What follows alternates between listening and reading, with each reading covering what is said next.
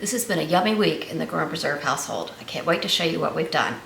So welcome. This is Grow and Preserve. I'm Carter, and I'm thrilled you're here today. Let's get started. We're going to kick things off with breakfast the first day. David has just come out of having COVID for 9 days, I think he was down. And he was eating keto when he was eating, and he dropped a whole bunch of weight, and so he came out of it starving. So his first request, his first day when I let him out of the bedroom, was corned beef hash and fried eggs. So that's what we did, and it was fantastic. I started with the dry canned hash brown potatoes that we did a few weeks ago together. I will link that up above. And then I opened a can of corned beef. And this is my guilty little pleasure. So I always keep this stock. I don't know why I like it so much, but I really do. So if you're addicted to corned beef as well, let me know down below. This is just the Walmart brand that I'm using today, and honestly, that's the only one I stock anymore. I find it tastes just the same as Hereford and Libby's, but it's so much cheaper. I think it was $3.64. Seems to me to be kind of the normal price. I don't know what it may be now. But anyway, it's delicious. So I crisped up the potatoes, and then I added the corned beef and let that crisp up as well. As I mentioned last week, my friend Christine dropped off some eggs for me. So her little chicks are relatively new and they've just started laying. And so I have these adorable, tiny little chicken eggs that were fantastic.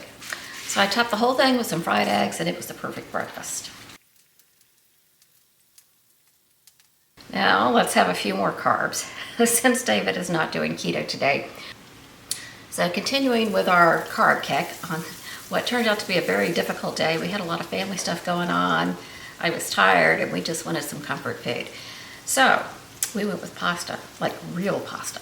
We don't normally eat real pasta. I have a couple of different keto pastas. I have spaghetti squash, and sometimes we just eat the sauce without the pasta at all. But tonight we were going to have some real pasta.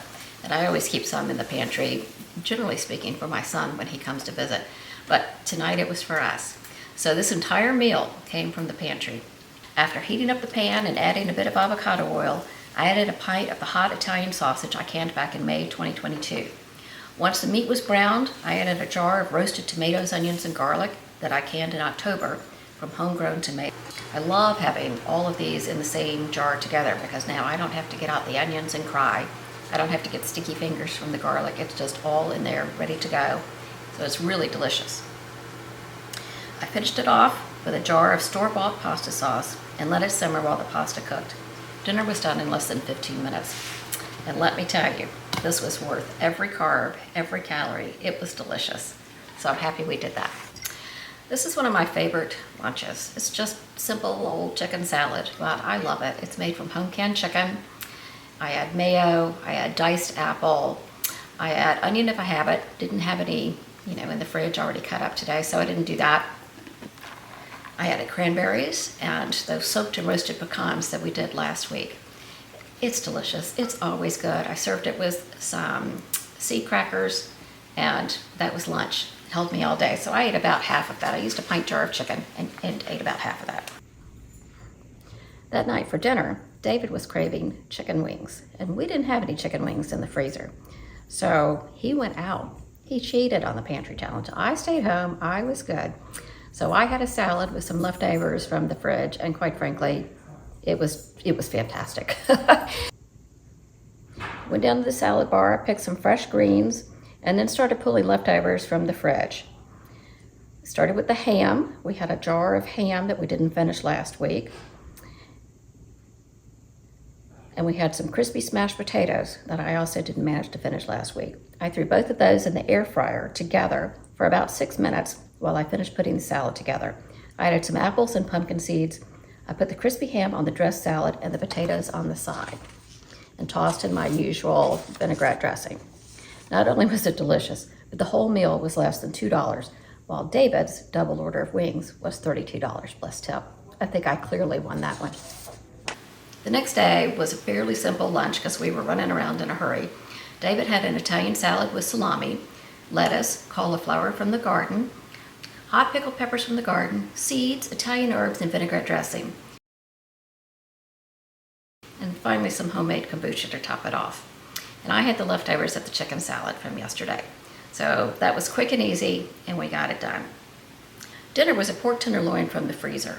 I marinated it in coconut aminos, soy sauce, and steak seasoning for about an hour before David put it on the grill.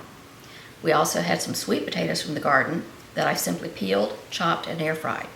We rounded it out with a side salad from the salad bar grow room. We also topped the pork tenderloin with the apple cranberry chutney we made together in November. It's another winner of a meal. The next morning was another big breakfast. It was a very stormy day, and it was one of those snuggle in, eat a big breakfast kind of days. I defrosted some chicken and apple sausages from the freezer.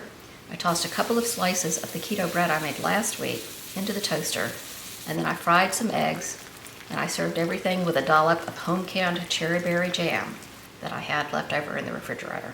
It was perfect. This one turned out to be our favorite meal of the week. In fact, it was so good, we had the exact same thing the next night as well. So let's start with what we have in the fridge. So we have lettuce from the grow room, diced apple, craisins, soaked and roasted pecans, so my usual salad that I like to throw together.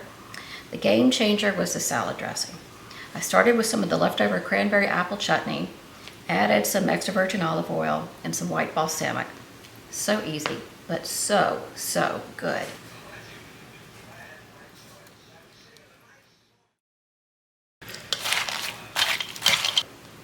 Finally, I sliced some leftover pork to top it off, and this was a fantastic and healthy meal.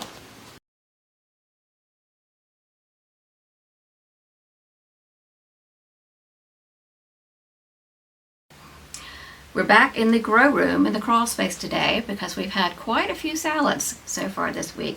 So I wanted to show you how the salad bar is faring, how much we have left, and I'm pretty sure we're going to make it through the next couple of weeks. So let me show you what's going on. Okay, so here we are. This is rack number 1. I have 4 trays of lettuce and bok choy up top, another 4 trays of lettuce in the middle, and then I moved the cilantro down to this lower rack over here to give it a little more space underneath the light. It was bumping into the lights on the shorter shelf next to it and was causing a little bit of burning on the tips. You can see that I just completely ditched the spinach. It just bolted on me and was a loss, but that's okay. We obviously have plenty. So another 2 trays of lettuce up top and 2 trays of bok choy. We haven't used as much bok choy as I was thinking we would, so I think there's going to be a stir fry in our future. I used some in the salads, but just not as much as I was expecting. So another 4 trays of lettuce down below. I've given them a little more room so they can get a little bit bigger. And then the bottom row also has 4 trays of lettuce.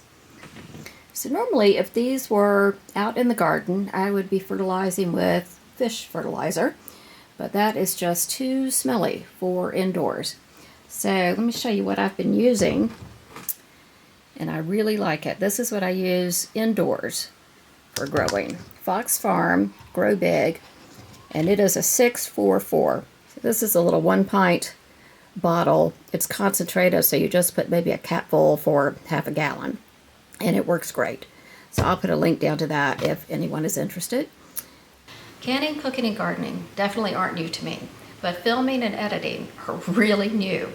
So I'm trying something a little bit different this week. I thought that last week's video ended up a little bit long, probably a little more detail than you really wanted to see. So please let me know what you think of this. I know this type video won't work for a full tutorial where I'm doing step-by-step on a canning recipe or something. So I'll continue with the detail there.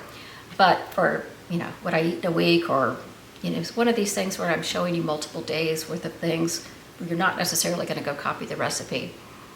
I'm hoping it works, but please let me know, yes or no. You're not going to hurt my feelings either way. I just want to do what works best for you. So thank you so much for being here. I appreciate each and every one of you. I'll see you next week. Bye-bye.